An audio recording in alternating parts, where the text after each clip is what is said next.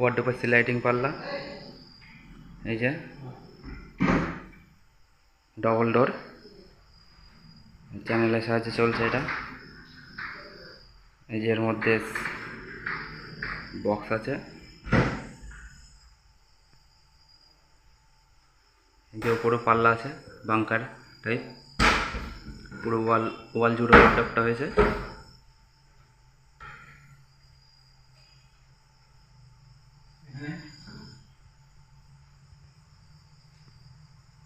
যে dressing table,